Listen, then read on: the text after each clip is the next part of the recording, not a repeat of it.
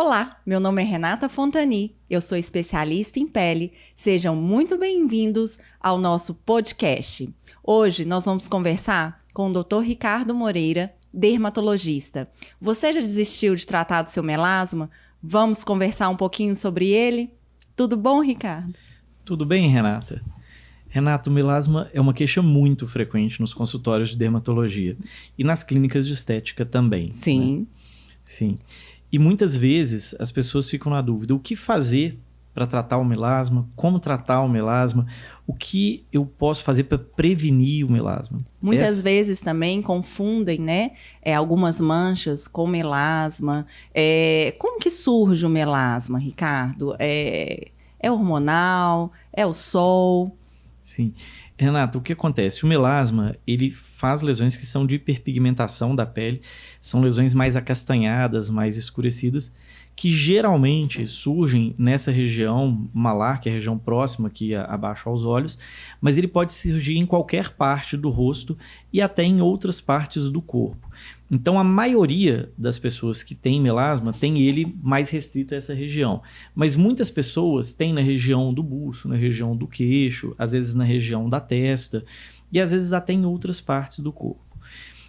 A pele nessas regiões, ela aumenta a produção da própria melanina, então você tem uma hiperpigmentação localizada. Então, a pele fica de uma cor mais acastanhada, um pouco mais escura nessas regiões. É sempre importante consultar um médico dermatologista para que você faça um diagnóstico adequado, porque muitas vezes a gente vê pacientes que têm outros tipos de pigmentação de pele que não são melasma e ficam às vezes tentando tratar como melasma. E aí o tratamento geralmente não é o mesmo, você tem outros tratamentos para outros tipos de lesões. O melasma, em termos de origem, de causa, Renata, ainda não tem a causa completamente definida, mas o que a gente sabe é que parece que a pessoa tem uma tendência genética a ter essas hiperpigmentações, tanto que tem uma certa agregação na família, geralmente a pessoa tem outros parentes que têm também. Pode ter envolvido algum fator hormonal. Muitas mulheres desenvolvem melasma depois da gravidez, ou na gestação, ou às vezes quando começa a tomar anticoncepcional, mas várias delas vão ter melasma num momento que não tem nada a ver com isso. Então, assim, o hormônio sozinho não justifica o melasma. E uma coisa que a gente sabe que é um fator que piora muito é a exposição à luz solar.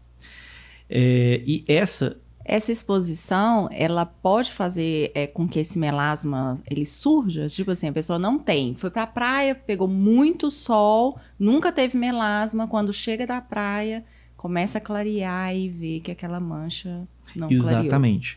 A gente vê com muita frequência isso. Assim, a gente não tem nenhum fator que isoladamente explique tudo, mas a gente sabe que a pessoa tem uma certa tendência genética a ter.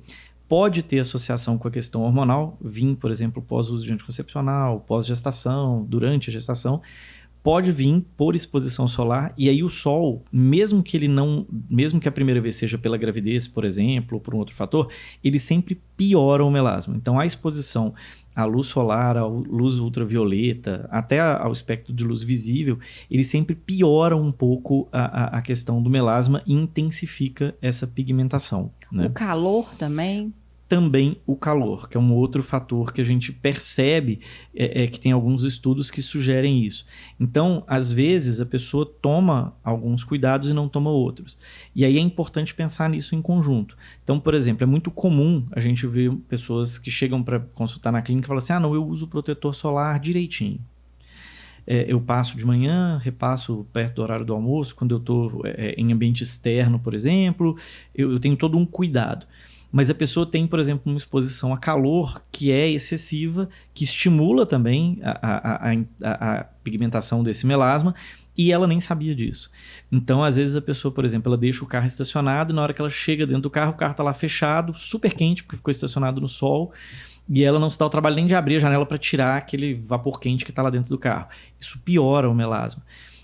As pessoas que trabalham muito muito tempo na frente do computador, isso também seria... Você tem aí uma exposição a espectro de luz visível, né? Assim, o que a gente tem hoje muito evidente? A exposição à luz ultravioleta é muito evidente que piora o melasma. Então, o uso de protetor solar ele é carro-chefe para tratamento, mas a gente tem alguns estudos que mostram que quando você faz o uso do protetor solar, que tem proteção tanto contra a luz ultravioleta quanto ao espectro da luz visível, a resposta ao tratamento é melhor do que quando você usa só proteção à luz ultravioleta. Então isso acaba sugerindo que a luz visível tenha algum componente também nessa produção da melanina. Né? Esse protetor solar contra a luz visível é só esses protetores solares com cor ou tem algum outro protetor solar que também consegue... Geralmente, o que acontece? Porque os homens, às vezes, não querem usar, Não querem né? usar, O ideal para o melasma é que você use um protetor que tenha tanto componente físico, que aí são os protetores que têm cor, que têm pigmentação, quanto os que têm componentes químicos que fazem proteção para a luz ultravioleta. O que a gente consegue fazer hoje, que às vezes porque o protetor com cor, em geral, quando a gente pensa em uso de protetor solar para homem e para mulher, tem várias diferenças, né? Assim, a primeira delas é isso que você falou. Se for um protetor muito carregado de cor, geralmente os homens não toleram. Para isso, a gente tem hoje alguns protetores que são de cor muito clara, ou às vezes protetor que tem cor, mas é de cor que eles chamam de cor universal, que é uma cor que fica muito próxima à cor da própria pele da pessoa. Aqueles protetores que a gente passa e fica branquinho, são protetores contra a luz visível? Eles são protetores físicos, né? E geralmente eles são muito mais para a luz visível do que qualquer outro espectro. O que antigamente a gente usava tipo muito. Pasta d'água, né? Sim. Que fazia essa proteção física, né? Sim, esses com óxido de zinco que a gente usava antes. Hoje a gente vê que, por exemplo, tem alguns que são... Esses que têm pigmento, muitos deles são feitos com óxido de ferro, compostos que têm óxido de ferro na formulação, que tem várias concentrações e composições distintas que você tem um espectro de cor grande. Uma outra questão que tem quando a gente pensa em protetor para homem e mulher, geralmente para homem, se for um protetor muito oleoso, não vai usar. Assim, a adesão ao tratamento é baixa. Homem gosta de coisa mais sequinha, de coisa que não fica pegajoso, que não fica tão grudento. Que não lembra um protetor solar de praia, que não tenha cheiro, né? Exatamente. Aliás, o protetor, ele tem que ser um cosmético que você goste muito dele, porque você vai usar ele todos os dias e mais de uma vez no dia, né? Exato. Outra coisa que tem é que, por exemplo, para a mulher, às vezes vale a pena ter um protetor com cor, porque aquela cor já funciona como uma base. Sim. Mas para homem, geralmente, ele não quer usar uma base. Então, o ideal é que ele escolha um protetor que seja mais leve, que não seja tão pesado, assim, em termos de adesão mesmo, para que não dê esse aspecto base. Mas a gente tem esses produtos disponíveis no mercado hoje. Você tem protetores que são mais fluidos, que são mais leves, que não têm esse efeito de base e ao mesmo tempo tem uma cor muito suave ou muito leve que dá para usar. Mas aí são produtos específicos para homens. E falou em melasma, primeira coisa é filtro solar. Filtro solar, E o melasma é muito mais prevalente em mulher do que em homem, né? Geralmente, quando o homem tem, é grave. Mas assim, é grave, assim, é difícil de tratar, é grave. Mas é muito mais frequente nas mulheres do que nos homens, E normalmente em mais lugares, né? Sim. Tem espalhado em várias regiões da face. Que às vezes a mulher tem um melasma leve, só localizado, a gente vê com mais frequência pontual, né? Então, assim, o carro-chefe do tratamento, se a gente pensar em medidas preventivas para o melasma, então, assim, a primeira delas é fotoproteção. Assim, evitar a exposição excessiva ao sol, usar um protetor solar preferencialmente com cor, para que você tenha proteção, né, assim, mais efetiva. Evitar tempos prolongados de exposição solar. Evitar a exposição excessiva a calor, que é aquilo que a gente falou. Então, assim, olha, eu vou entrar no carro que ficou no estacionamento, que estava no sol? Eu tenho que andar de carro, eu tenho que entrar de qualquer forma. Mas abre a janela, dá uma volta com a janela aberta para sair aquele bafão lá de dentro, depois você fecha e liga o ar-condicionado. Né? Secador de cabelo. Secador de cabelo. Eu vou tomar banho. Toma um banho menos quente, ou pelo menos deixa uma janela aberta. É muito comum, assim, a pessoa toma banho, aí ela sai do banho, ela vai arrumar o cabelo, ela vai fazer uma maquiagem, ela não abre nem a porta do banheiro. Então fica aquele bafo lá dentro igual uma sauna. E esse calor excessivo prolongado, ele acaba piorando o melasma. Então, assim, olha, terminou de tomar banho, abre a janela, deixa dar uma esparecida no ar, você não tá com frio mais. Né? Assim, vai fazer sua maquiagem com calma, vai fazer seu cabelo com calma, mas num ambiente menos quente, menos abafado do que estava ali. Então, assim, é uma outra medida. Né? Sim, se tiver a Forno. opção de não ficar na frente do forno o tempo inteiro, né? Assim, de não cozinhar o tempo todo ali. Com o rosto, né? Em cima. Exatamente. Outra coisa que tem é que, assim, o ideal é que você evite a exposição solar do corpo como um todo, né? Assim, em especial o rosto, mas se você pega muito sol em outras áreas do corpo, você vai pigmentar como um todo. Não só a parte que pegou sol, mas até o melasma escurece. Muitas vezes os clientes vão para a praia, né? Viajam, protegem muito o rosto, coloca chapéu, óculos e queima o corpo. E volta com a mancha mais escura. Mais escura. Isso é frequente. Porque o pigmento que foi ativado aqui, ele é ativado no corpo inteiro, né? Exatamente. Mesmo que esteja tampado. Mesmo que seja tampado, isso. E hoje a gente tem recursos no mercado que são muito melhores do que antigamente. Porque você tem uma série de peças do vestuário com proteção à luz ultravioleta, né? Que é o que você falou, a gente tem blusas hoje ultravioleta, a gente tem chapéu com proteção ultravioleta, você tem óculos, você tem outras peças que são bem mais bonitas do que as de antigamente, porque antigamente também tinha uma ou outra peça, mas elas eram todas muito padrão e muito fora da moda, fora vamos dizer da assim. Moda. E a gente tem opções melhores hoje do que tinha no passado. Agora, o paciente de melasma, ele tem uma impressão muito errônea, que quanto mais ele fizer tratamento pesado, que vai arrancar aquela pele, ele acha que ele vai ficar livre do melasma. Então, normalmente eles procuram por lasers muito forte, por peelings muito forte. Essas técnicas não seriam as mais adequadas, não. Né? O que acontece? O melasma, toda vez que você tem uma exposição solar, toda vez que você tem uma inflamação da pele, você tem uma tendência aumentada de hiperpigmentação. Então, todos os procedimentos que causam muita inflamação ou muita lesão na pele, as pessoas que têm melasma têm uma tendência a hiperpigmentar. Então, esses procedimentos, por exemplo, se você vai fazer um peeling, se você vai fazer algum tratamento desses, você tem que fazer o tratamento mais suave possível, porque senão pigmenta mesmo. Se você fizer o tratamento que junta a inflamação com calor, piora mais ainda. Então, por exemplo, alguns tipos de laser, eles são contraindicados em pacientes que têm melasma, porque você vai manchar o paciente. Né? Assim, e tem ele uns, vai inclusive, piorar, que não é tem melhorar. efeito rebote, né? A pessoa passa um tempinho, ou aparece um melasma, o melasma fica mais evidente. Mais evidente. Exatamente. E outra coisa que tem que lembrar sempre, Renata, é que como a pessoa tem uma tendência genética para ter o melasma, e ela mora aqui no planeta Terra e no Brasil, que pega um sol danado, né? Assim, a gente tem sol, mesmo que seja indireto, rebatido o dia todo, né? A pessoa vai ter que tratar a vida toda, né? Assim, a gente não tem hoje ainda nenhum medicamento disponível que você trata uma vez e resolva. Então, o paciente também tem que começar a encarar o melasma como uma alteração crônica. Como um diabetes, uma hipertensão ou qualquer outra alteração crônica do organismo. E hoje na internet a gente vê vários milagreiros aí do melasma, né? Usa tal produto que melhora, como se fosse um milagre mesmo. E isso não tem, né? Ainda não inventaram nada que consiga solucionar completamente não. Cuidado com os milagreiros, né? Sempre isso é importante lembrar. Consulta sempre um médico, um dermatologista, para que você possa ter uma orientação adequada. E o que a gente tem de tratamento, né? Assim, para o melasma hoje, que a gente tem evidência na literatura que melhora, né? Você tem alguns, além daquilo que a gente já falou, claro, né? Da fotoproteção, que é o carro-chefe. O número 1 é a fotoproteção. O que mais que a gente tem disponível no mercado?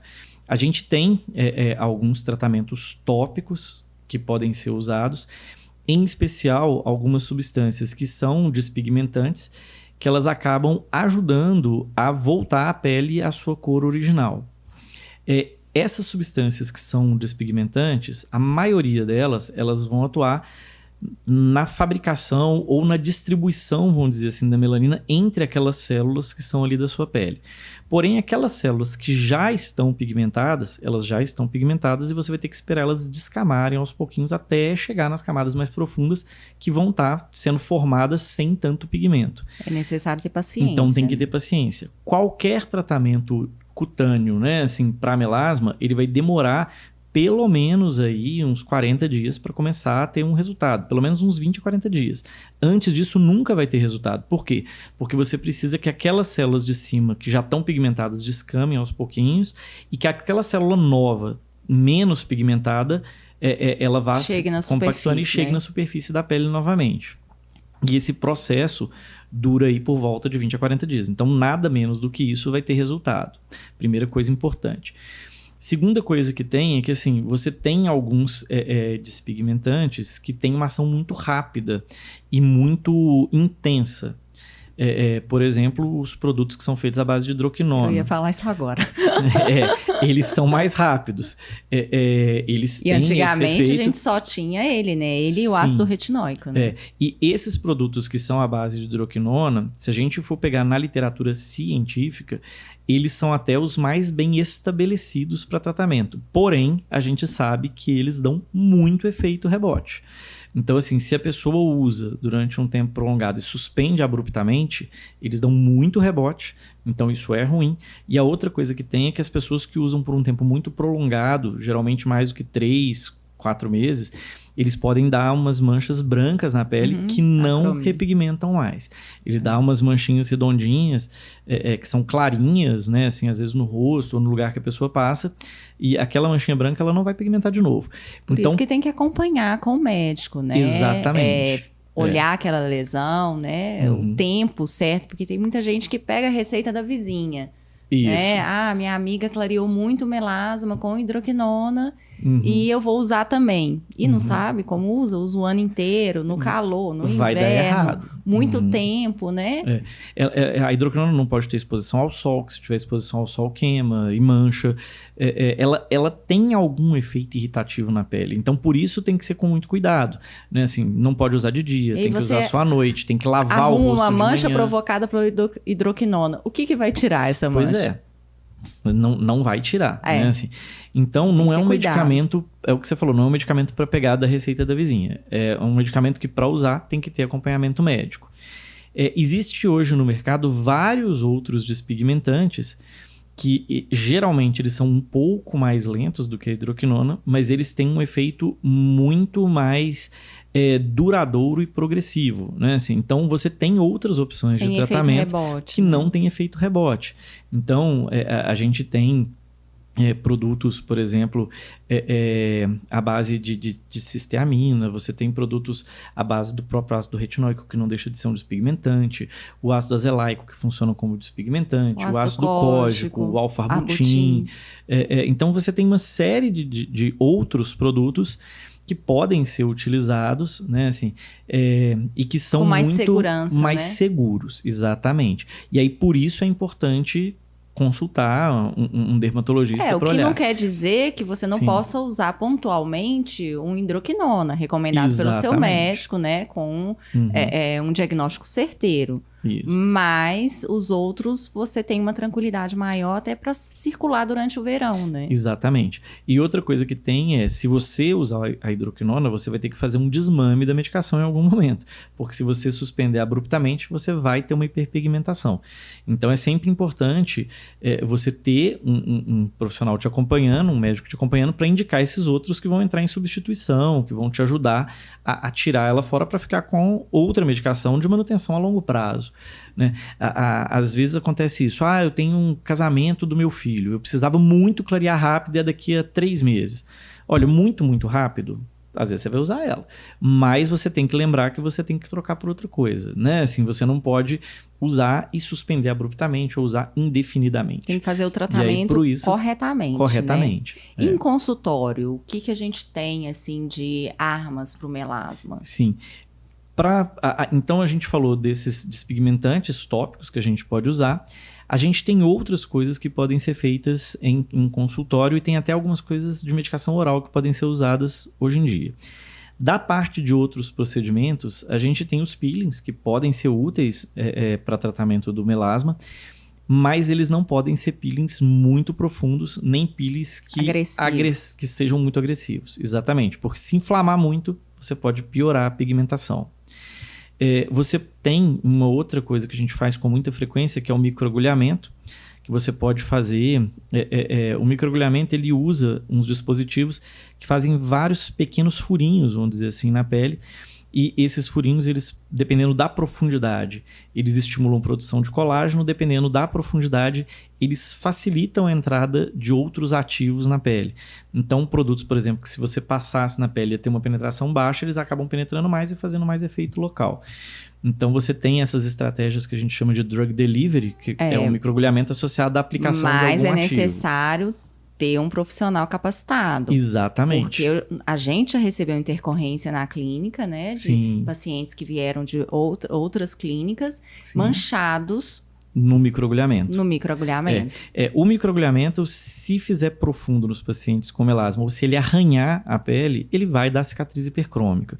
Então, a gente já recebeu aqui, vindo de outras clínicas, pacientes exatamente com isso, né? Assim, com piora do melasma por arranhadura, por exemplo, ou por lesão prévia de microagulhamento. Marcado, né? Com o rosto marcado. Marcado com laser a gente já recebeu. Marcado com laser. Marcado com microagulhamento a gente já recebeu, hidroquinona com laser, lembra? Sim. A paciente usava hidroquinona e aí fizeram um laser nela. E muito manchada, né? Infelizmente. Então tem que se ter cuidado nesses procedimentos. Mas a gente consegue fazer o microagulhamento com o uso de alguns peelings ou alguns ativos que ajudam no clareamento da pele. Existe um produto também que é o ácido tranexâmico, que ele pode ser usado tanto via oral quanto aplicado na pele, tanto em microagulhamento, nesse esquema de drug delivery, quanto até injeção mesmo, intradérmica, que pode ser feita, aplicação intradérmica, que tem resultados muito bons. A gente tem um resultado muito bom. Assim, com ácido tranexâmico. E a gente vê isso bem descrito também na literatura médica, né? Assim, tem os peelings, né, assim, que auxiliam muito, que podem ser feitos também em consultório. E tem os tratamentos orais, mas os tratamentos orais a gente deixa pro próximo podcast. O melasma dá muito podcast e o tratamento oral, ele realmente ele ajuda muito, né? E aí, no próximo podcast, então, a gente conversa sobre ele. Espero que vocês tenham gostado e a gente se encontra no próximo podcast.